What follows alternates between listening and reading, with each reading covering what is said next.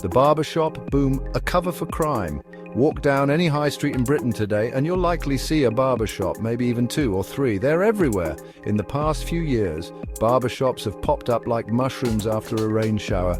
It's a booming business, no doubt, but behind the shine of freshly cut hair and the buzz of clippers, a darker truth might be lurking.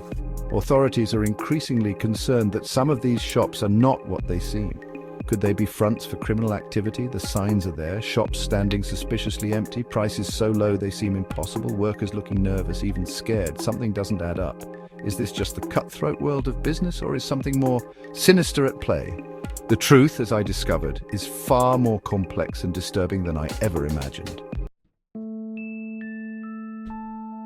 Dirty money, sharp practices, how gangs launder cash, money laundering. It's the dark art of making dirty money clean, and it's the lifeblood of organized crime. But how does it work in a seemingly ordinary barbershop? Imagine this: a gang needs to clean their ill-gotten gains from drug dealing or other illicit activities. They open a barbershop, a cash-heavy business. On paper, they declare a roaring trade with customers queuing out the door. In reality, the shop might be empty or doing minimal business. The inflated income allows them to deposit large sums of cash, effectively washing their dirty money. But it's not just about inflating income. Expensive equipment like high-end barber chairs and styling products can also be used to disguise the source of funds. A shop might appear legitimate, even luxurious, while masking its true purpose. The authorities are catching on, but it's a constant cat-and-mouse game. As soon as one shop is shut down, another one pops up. Human cost of a cheap haircut. Exploitation in the shadows. While the lure of easy money might attract some to the barbershop business, for others it's a story of exploitation and despair. Behind the facade of a legitimate business, a darker reality often lurks. Imagine being trafficked into a foreign country, promised a better life. Instead, you're forced to work long hours in a barbershop, often for little or no pay. Your passport is confiscated, you're trapped.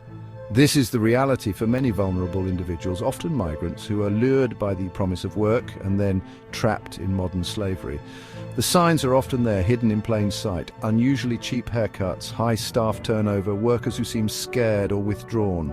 These can all be red flags for human trafficking and labor exploitation.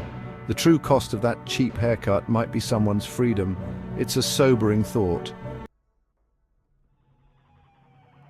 Cracking down the fight against exploitation.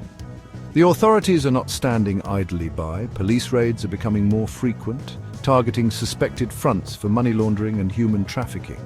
The government has increased fines for businesses employing illegal workers, and there's a greater push for public awareness.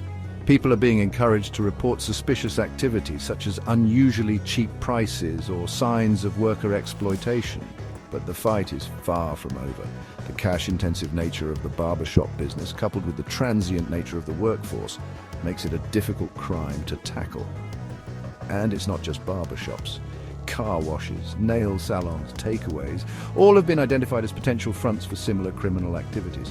It's a stark reminder that even in the most ordinary settings, darkness can lurk beneath the surface. It's up to all of us to be vigilant, to question what we see, and to report anything that doesn't feel right. Only then can we hope to shine a light on these hidden crimes and bring the perpetrators to justice.